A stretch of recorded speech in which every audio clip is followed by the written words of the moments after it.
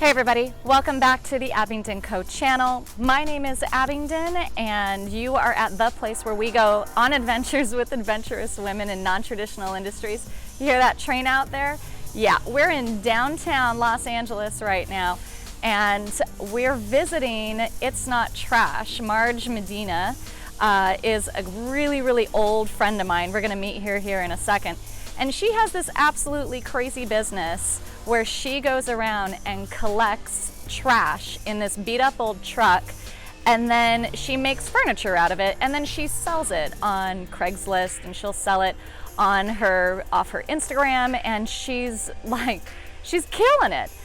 So she basically picks up your trash off of the road, makes it into something beautiful, and then sells it back to you. So we are gonna go check out her shop. I think she's putting me to work and I'm gonna help her build a bed and see how she turns trash into beautiful furniture. Come on along.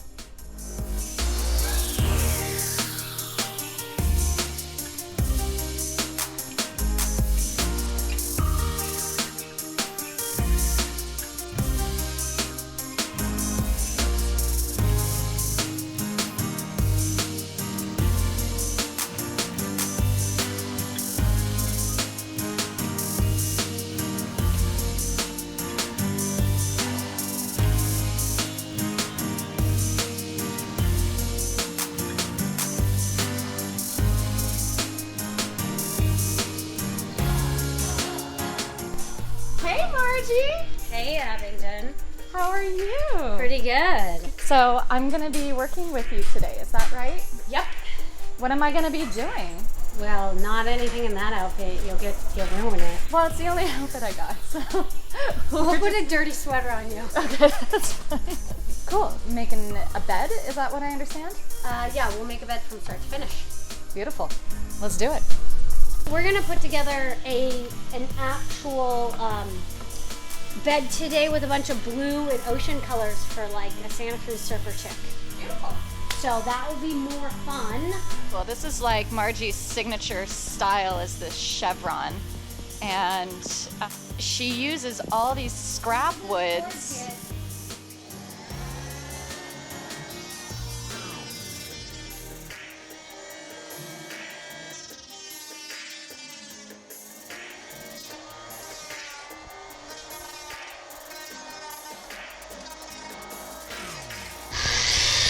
So this is like fine-tuned now, right? So yeah, we're just so going we're gonna to clean it all up.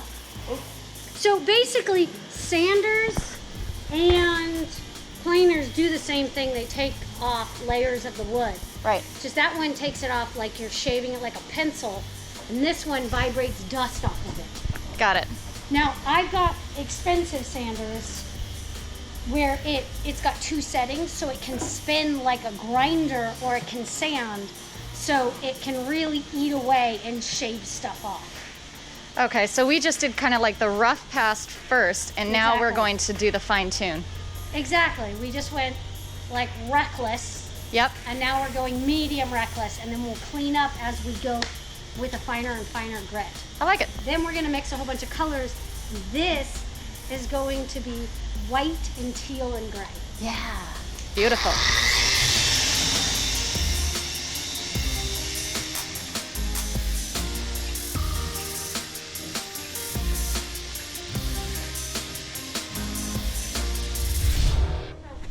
The wood underneath all the chevrons that holds it all together is this stuff. And you can see a lot of this has got like graffiti and weird stuff on. This was in like It's plywood. well, it's OSB technically. I okay. prefer to use plywood, which is this. But because all the buildings have been boarded up this whole year, the price of this stuff and plywood is tripled. And so they want like $40 to $50 a sheet for this stuff when it used to be like $15.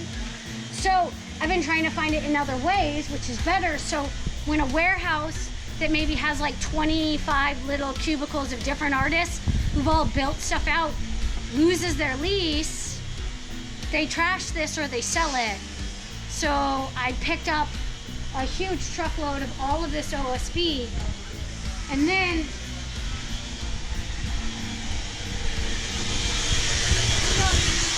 we're building something like that, all those boards have to be straight. You end up with all of these little boards.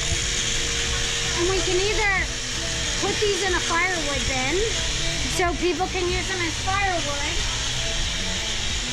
or we can make a pile of them, and once the pile, so I have a pile right down here, once this pile and the little one gets too big and this gets overran, then we build scrap headboards with it.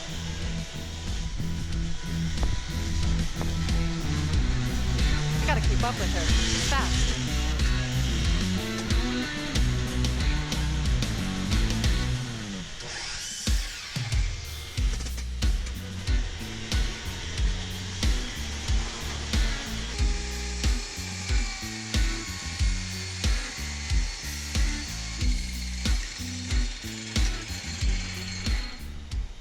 Well, that worked out well. Yep, I just need to shim off just a little bit more now. This is what I was talking about earlier with that person.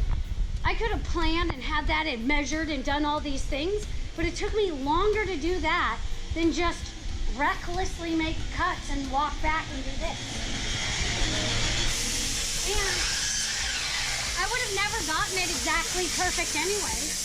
I would have ended up having to adjust it, and I would have taken all that time trying not to make a mistake.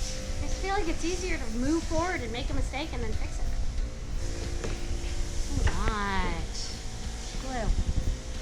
Glue. The reason why I have a niche is because this business is full of woodshop teachers, and they build things out of profitability because the market won't bear the quality that they want, because 85% of the United States population's household income is under $125,000 a year. That's why when IKEA releases a new bed, it's always in the $250 to $750 price bracket. They didn't make that up. They did market research. What can somebody spend on that? And so then you've got all these guys, really mean guys, and they're like 40 to 65, and they're doing this out of their garage, and they're overbuilding things, and they want to make it out of walnut, and they want it perfect, and they all have only 15% of the population that can be their client. The people who make $250,000 and above. Yeah, because what you're doing is you are picking up trash out of the alleyways of Los Angeles. You are cutting it down, refinishing it, cleaning it up, and then putting it back together into a new piece of furniture and selling it back. I'm selling the average income individual back their trash in a form that won't break, because all of the big companies that are their choices are all literally designed to break on purpose to fiscally enslave them. And they're ruining the planet. And so if I jumped in this and was like, okay, well then I'm gonna make this all perfect too, and I took, the broken furniture from the regular income people and sold it to the rich people, because everyone wants to go get in their boat and put the big, hook on and they're like, I'm gonna catch a big one, and everyone's sitting on the lake waiting for their big one, and I'm like, fuck you guys, and I come back in with 100 little fish and I have more than them.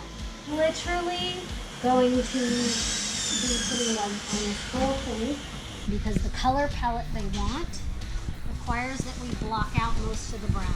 So you can just dunk that whole thing into the white. And what is this?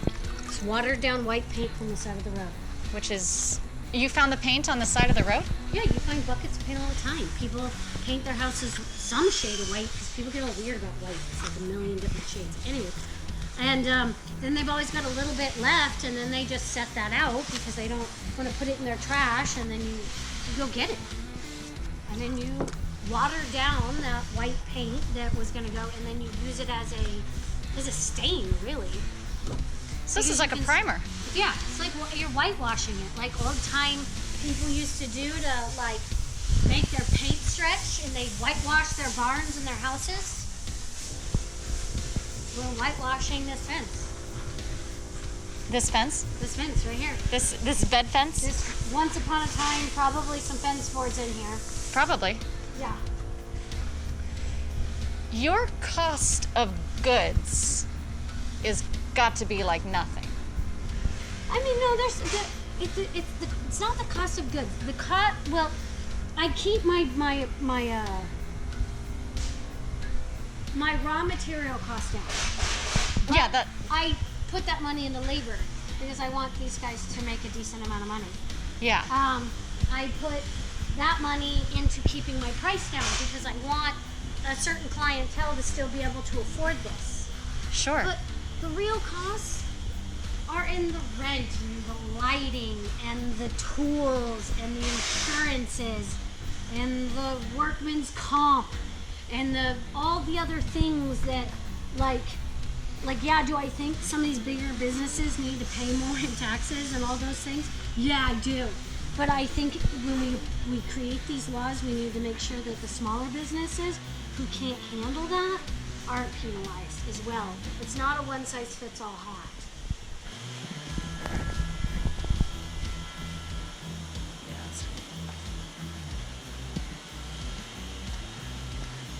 And there's no rhyme or reason to what you're doing. You're just.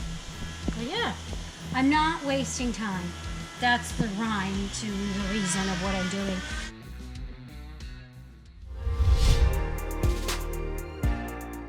A lot of times clients ask me, what color did you use? I'm like, I don't know, I just mixed some paint together. It's gonna be hard if they need a color match. Yeah, I made that color. Whatever color that it was. I like it. I think a lot of people are waiting for the right set of circumstances or for everything to line up or when this is going to be where it's supposed to be. And in the process of waiting, they are becoming what they are someday going to be. And the time is now. And you can always fix it later. To me, it always seems like an excuse not to start. Yeah, they're avoiding failure because they're more afraid of the failure than they are excited about the success.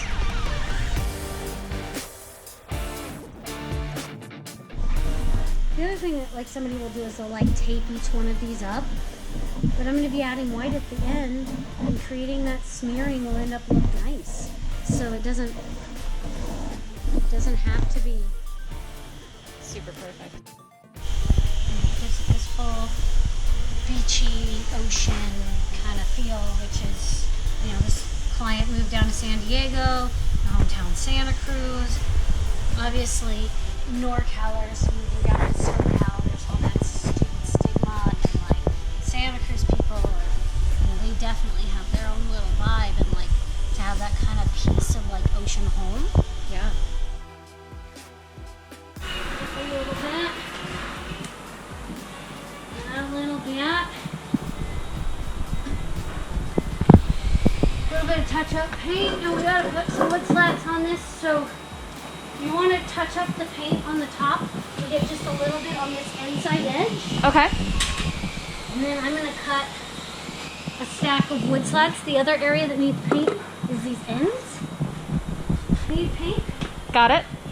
And I'm going to be back with the wood slats to go across this. And basically this bed just needs finish and it's done.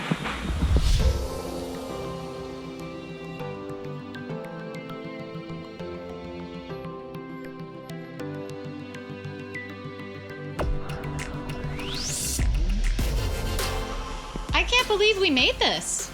Yeah. This is We awesome. legit made this. I'm so proud of us.